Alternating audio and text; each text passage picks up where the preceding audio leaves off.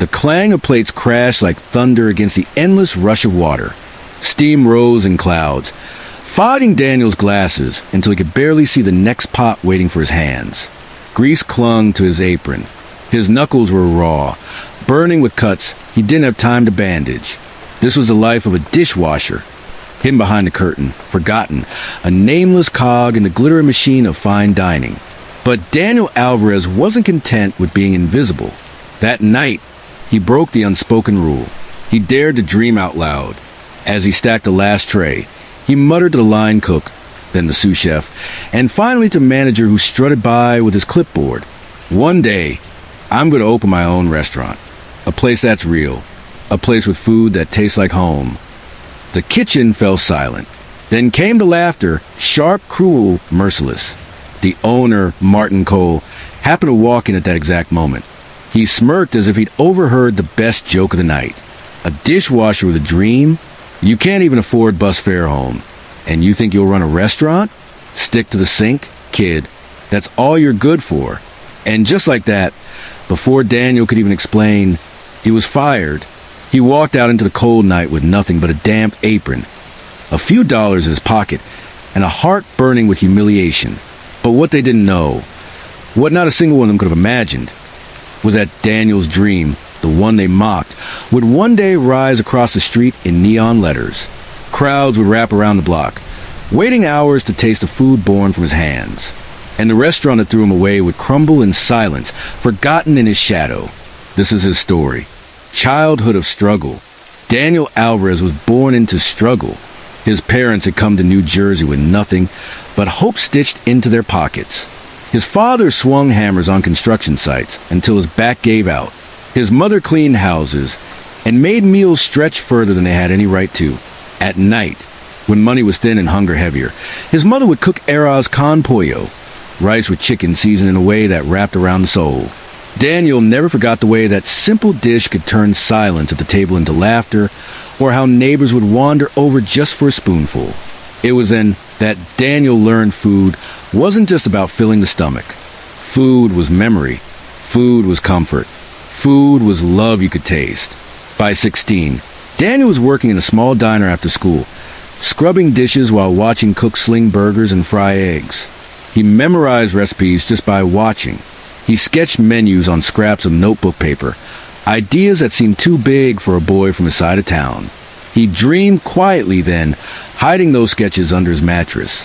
But one day, those sketches would matter more than he knew. At 25, Daniel landed a job at La Belle Maison, the crown jewel of downtown dining. Chandeliers dripped crystals. Waiters carried plates like works of art. Customers paid hundreds of dollars for foie gras and lobster. To outsiders, it was elegance. To Daniel, it was arrogance. The owner, Martin Cole, embodied the restaurant. Sharp suits, sharper tongue, an ego the size of the Empire State Building. His staff lived in fear, but Daniel endured the ridicule. He needed the paycheck. Night after night, he washed dishes until his back ached, but his eyes wandered, watching the chef's flambé steaks, drizzle sauces, and plate desserts with precision. He wasn't jealous. He was hungry to learn. And then came the night he made the mistake of speaking his dream aloud. "You're fired." Martin Cole spat, his voice slicing to the clatter of pots. "Dreams are for men who can afford them. You're nothing but a dishwasher. Don't ever forget it." The laughter of the kitchen followed Daniel out the back door. He walked home under flickering streetlights, the night pressing down on him. His apartment was a single room with peeling paint and eviction notices piling on the counter. He sat on the bed, pulled out the worn notebook hidden beneath his mattress, and traced the sketches he'd drawn years ago. He whispered himself through tears. One day they'll see. The weeks that followed were brutal. Jobless, broke, mocked. Daniel hustled wherever he could. He unloaded delivery trucks in the freezing dawn. He bussed tables at diners. He rode his bike across town to deliver groceries. But every night, no matter how exhausted, he cooked. In his tiny kitchen, he tested recipes. He invited neighbors, single mothers, old friends, even the kids from the building. He asked them, "Tell me the truth. Is it good?" And they told him more than the truth. They told him he had a gift. Word spread. Soon, people were showing up at his door with empty plates, begging for seconds of his arroz con gandals or empanadas. Daniel realized something. People didn't want pretentious food. They wanted flavor. They wanted comfort. They wanted heart. And that was exactly what he had. One morning, while delivering groceries, Daniel passed a dusty storefront. The sign was cracked, the windows grimy, but in his mind he saw it alive. Music playing, families laughing, the scent of roasted chicken spilling into the street. This could be it, he whispered. It took years. Years of saving tips, skipping luxuries, and working 2 jobs at a time. He begged the landlord for a chance, promising he'd make rent. Friends and family chipped in, painting walls, dragging in second-hand chairs, building tables by hand. When it was finally ready, the sign above the door glowed, Corazon, Spanish for heart, because that's what Daniel poured into every dish. Fate has a cruel sense of humor. Directly across from Corazon stood La Belle Maison, the same restaurant that had thrown him out like trash. When Martin Cole saw Daniel's humble place open, he laughed. Let him play restaurant. He'll be gone in 6 months. But Martin was wrong. At Corazon, food wasn't art for the elite. It was love for everyone. The rice bowls were rich with flavor. The roasted chicken melted in your mouth. The tacos made strangers close their eyes and hum in delight. Word spread. First the neighborhood came. Then families from across town. Then tourists. Lines wrap around the block. Meanwhile, La Belle Maison sat half empty. Diners whispered about cold service, inflated prices, and food that lacked soul. The balance was shifting. The moment that changed everything came on a Friday night. A black SUV pulled up outside Corazon. Out stepped a Hollywood actress, one of the biggest stars alive, in town filming a movie. Cameras followed her every move. She sat at a wooden table by the window.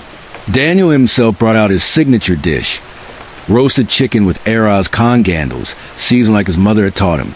She took one bite. Her eyes widened. She smiled. "This," she said, loud enough for cameras to capture, "is the best food I've had in years." By morning, headlines blazed across social media.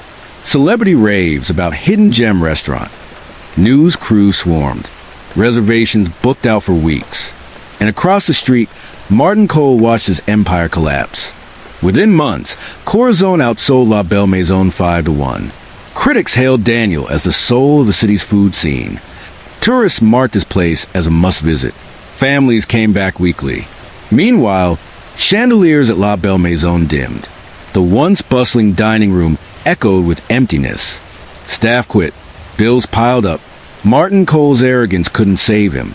The day of release, sign went up in La Belle Maison's window. Daniel stood at his own door, apron dusted with flour, and watched in silence. He didn't gloat.